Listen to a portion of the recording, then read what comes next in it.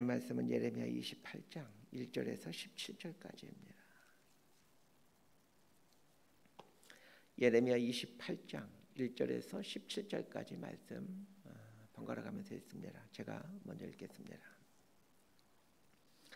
그 해 곧 유다 왕 시드기야가 다스리기 시작한 지 4년 다섯째 달 기브온 앗솔의 아들 선지자 하나냐가 여호와의 성전에서 제사장들과 모든 백성이 보는 앞에서 내게 말하여 이르되, 만군의 여호와 이스라엘의 하나님이 이같이 일러 말씀하시기를, 내가 바벨론의 왕의 멍에를 꺾었느니라. 내가 바벨론의 왕 느부갓네살이 이곳에서 빼앗아 바벨론으로 옮겨간 여호와의 성전 모든 기구를 2년 안에 다시 이곳으로 되돌려 오리라. 내가 또 유다의 왕 요아김의 아들 여고니아와 바벨론으로 간 유다 모든 포로를 다시 이곳으로 돌아오게 하리니, 이는 내가 바벨론의 왕의 멍에를 꺾을 것임이라. 여호와의 말씀이니라 하니라. 선지자 예레미야가 여호와의 성전에 서 있는 제사장들과 모든 백성들이 보는 앞에서 선지자 하나냐에게 말하니라.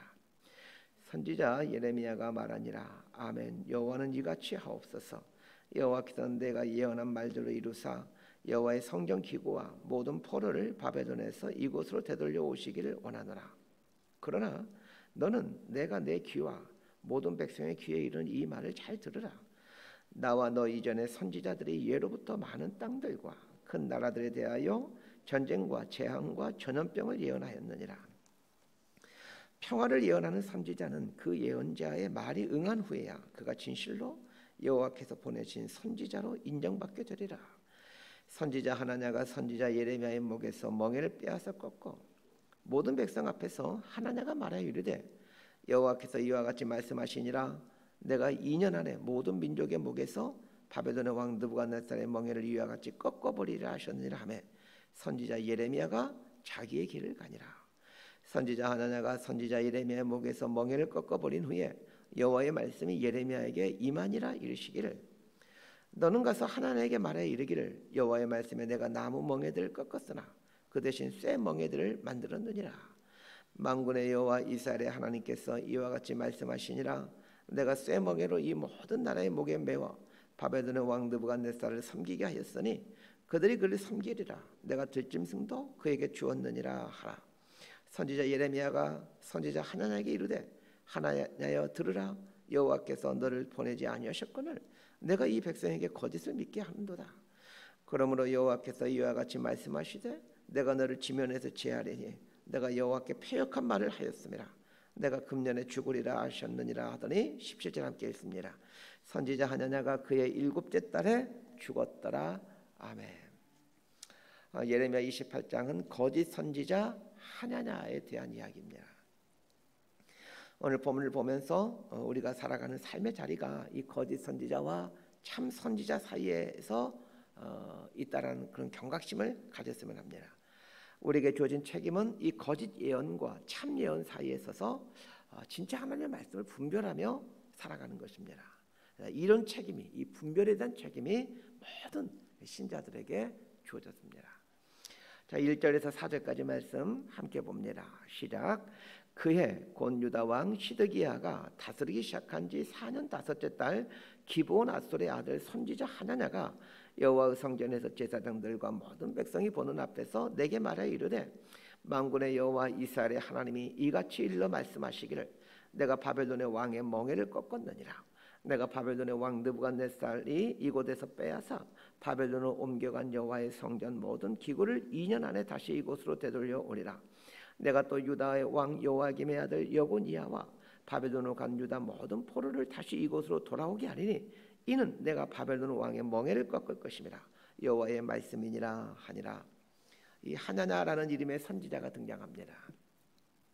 하나냐 선지자가 성전에서 제사장들과 백성들에게 말씀을 전하는데 그 자리에 예레미야가 있습니다. 예레미야 선지자를 발견하고는 하나냐 선지자가 하나님께 받은 말씀이라며 이런 말씀을 선포합니다. 그 말씀이 2절부터 4절까지의 내용입니다. 2절부터 4절까지 내용을 잘 보시길 바랍니다. 하나님가 하는 말이 거짓 예언이다라는 느낌은 이 말만 봐서는 전혀 눈치채지 못합니다.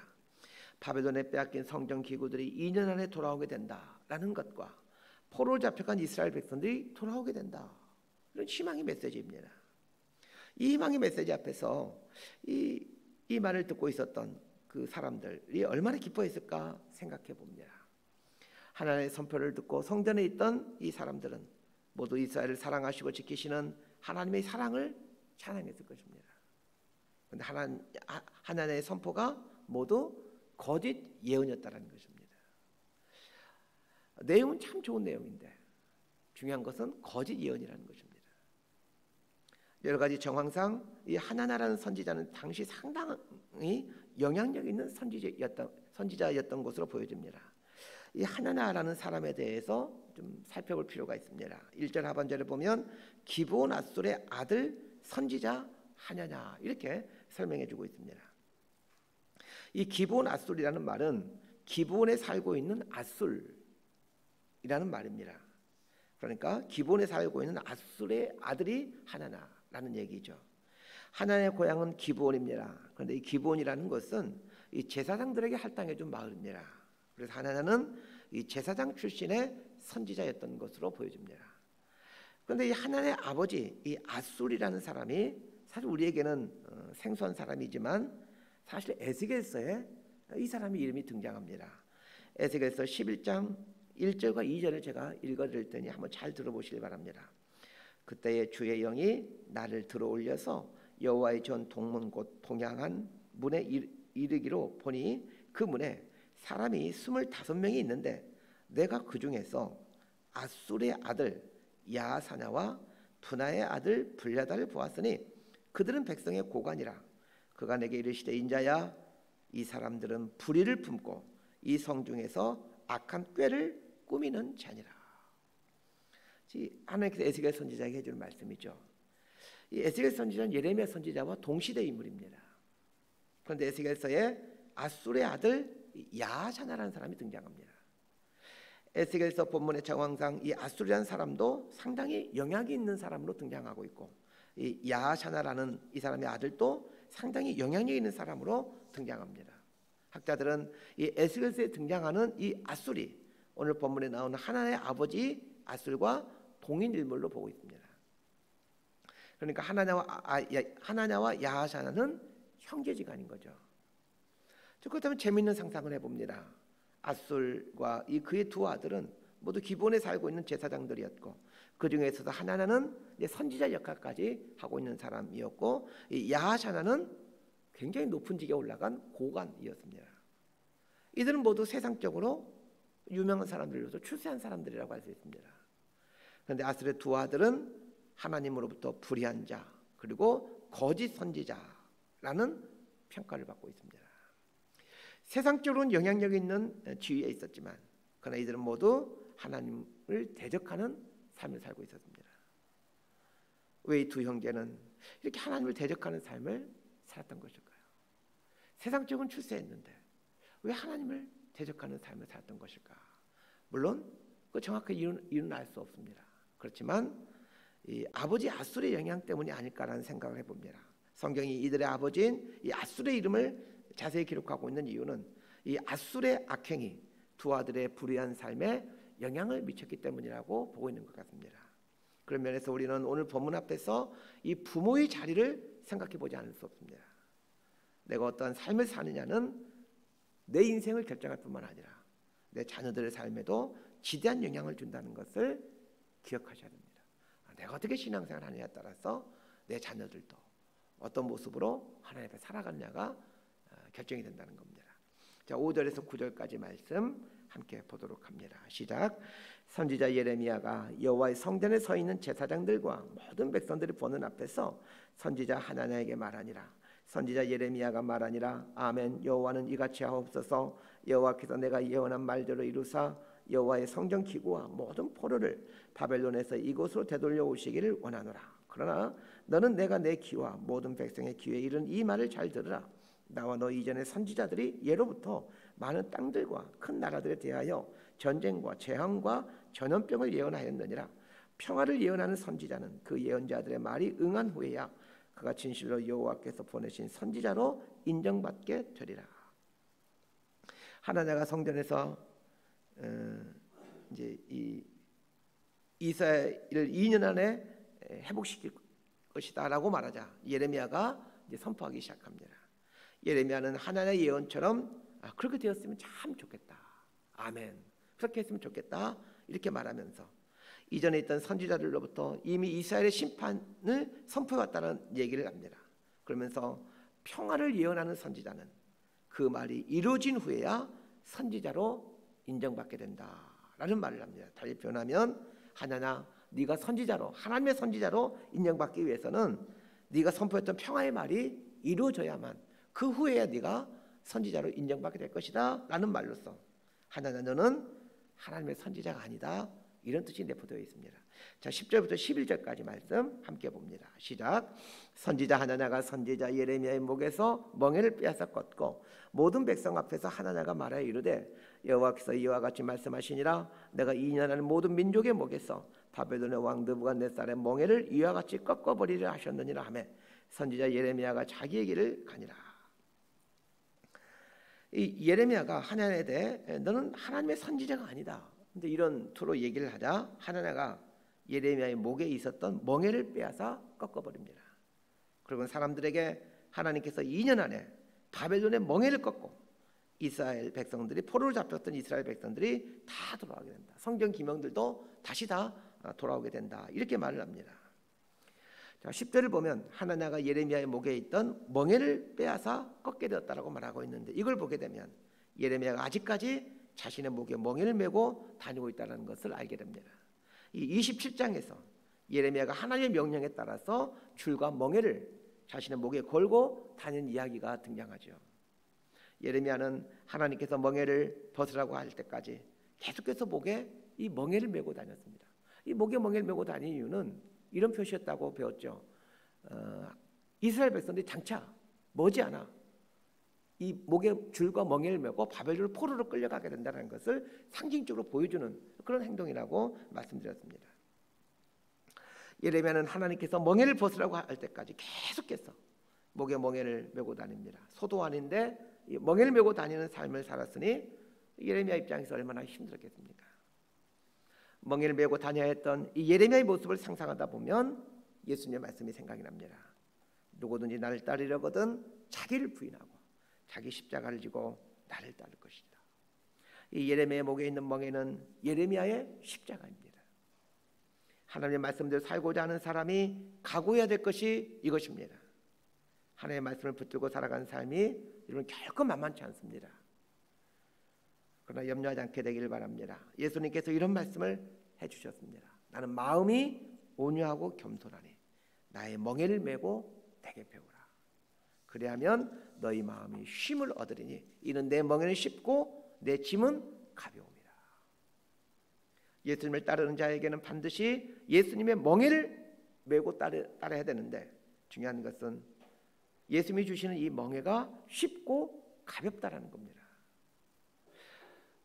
쉽고 가볍다라는 예수님의 말씀 받아들이기가 좀 어렵습니다. 사실은 쉽고 가볍다라는 말은 진짜로 쉽고 가볍다는 얘기가 아닙니다. 사실 굉장히 무겁습니다. 그런데도 예수님께서 쉽고 가볍다 이렇게 말씀한 이유는 예수님께서 거들어 주시기 때문입니다.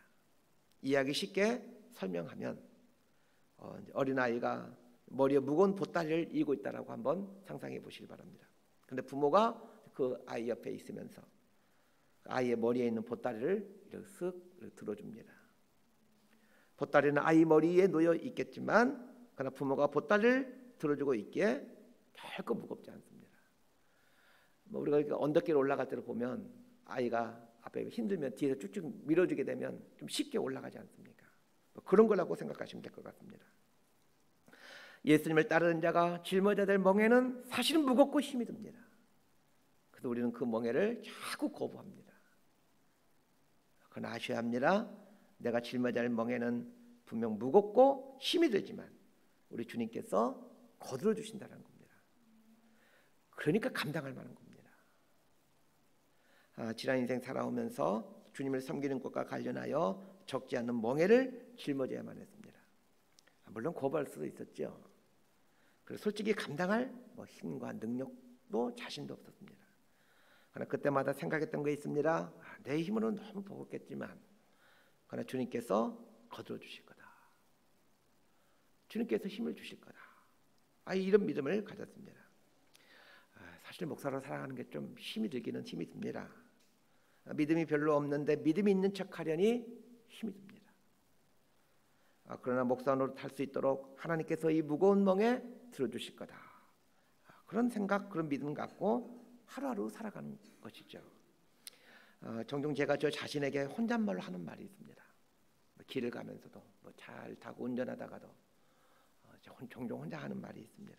그 말이 11절에 나옵니다. 11절 제가 묵상하다가 이 말은 내가 자주 하는 말인데 이런 생각하게 되었습니다. 11절 맨 끝에 이런 말이 나옵니다. 자기의 길을 가니라.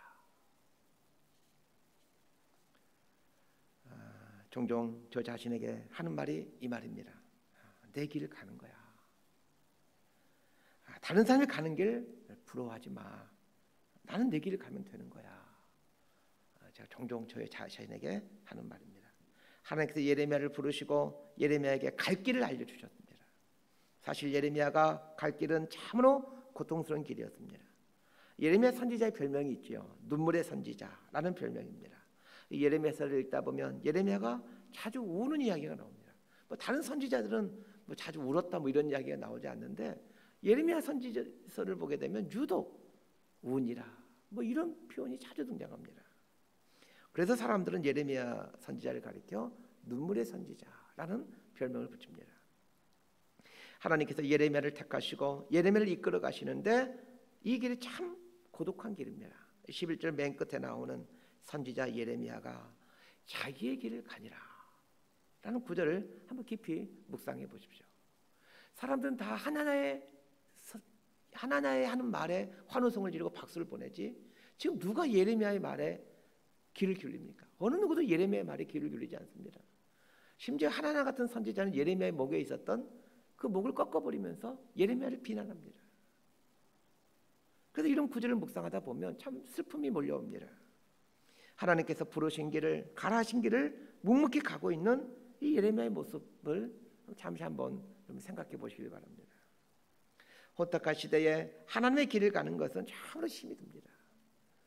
귀를 즐겁게 하는 설교를 좋아하는 사람들 속에서 하나님의 진리의 말씀을 전하는 삶은 참으로 외롭고 고독한 길입니다. 그런 면에서 진리는 고독한 것입니다. 그러나 고독하지만 예레미야가 끝까지 이 길을 포기하지 않는 비결이 무엇이겠습니까? 매 순간 하나님으로부터 말씀을 받고 하나님의 함께 하심을 경험하기 때문입니다. 비록 세상에서는 외딴 길 가는 것 같고 홀로 가는 길 걷는 것 같지만 그러기에 마음의 가난함을 간직할 수 있습니다. 마음의 가난함은 외딴 길, 홀로 가는 길을 갈 때 생겨나게 됩니다. 예수님이 선포하신 산상순의 첫 번째 말씀을 다 기억하실 겁니다. 마음이 가난한 자는 천국이 저희 것이며 이 고독한 길, 외딴 길 걸어갈 때 이 마음의 가난함을 경험하고 그 마음의 가난함을 경험할 때 천국을 보게 됩니다. 말씀 정리합니다. 외로운 길을 가는 예레미야의 삶에 하나다라는 대적자가 나타납니다. 하나님의 말씀에 귀를 막고 있는 사람들에게 하나님의 말씀을 선포하는 것도 힘들고 고달플 텐데 대적하는 사람까지 등장합니다. 하나님이 부르신 길에는 이런 시험과 도전이 그치질 않습니다. 예레미야 선지자가 목에 멍에를 메고 살았다라는 것을 기억했으면 합니다. 우리 예수님도 우리에게 내 멍에를 메고 내게 배우라 그렇게 말씀하셨습니다. 하나님을 신앙하는 길은 이렇게 멍에를 메고 가는 길입니다. 외롭고 고독한 길이 신앙의 길입니다. 그러나 외롭고 고독한 길에 하나님의 큰 선물을 준비해 놓으십니다. 마음의 가난함이라는 선물입니다. 그것만이 아닙니다. 마음이 청결한 자는 복이 있나니 저희가 하나님을 볼 것이요 라는 말씀처럼 하나님의 임재를 느끼며 하나님과 동행해가는 기쁨을 누려가게 됩니다. 예레미야가 숱한 고난을 겪으면서도 하나님께서 부르신 길을 완주해 갈 수 있었던 비결이 여기에 있었고 또 예수님의 제자들이 그 주님이 부르신 길을 완주해 갈 수 있었던 비결도 여기에 있습니다. 선지자 예레미야가 자기의 길을 가니라 라는 말씀을 깊이 묵상하며 우리를 부르신 이 주님의 길을 묵묵히 걸어가는 저와 여러분의 삶이 되기를 진심으로 소망하고 축복합니다. 기도하겠습니다. 하나님 아버지, 사람들의 길을 즐겁게 하고 사람들의 본성을 만족시키는 이 하나님의 삶을 살 것인가, 하나님이 부르신 고독한 길을 걸어가는 예레미야의 삶을 살 것인가 라는 선택 앞에 섰을 때가 많습니다. 무엇이 바른 삶인지 알면서도 헛된 것, 험한 것을 선택하는 건전한 인생입니다. 헛된 것에 마음과 눈을 두려워하는 우리의 미련함을 용서하여 주옵소서. 예레미야가 자기의 길을 가니라 라는 이 말씀 붙들고 나를 이끌어 가시는 이 하나님의 길을 걸어가는 진리의 사람이 되게 하여 주옵소서. 예수님 이름으로 기도드리옵나이다.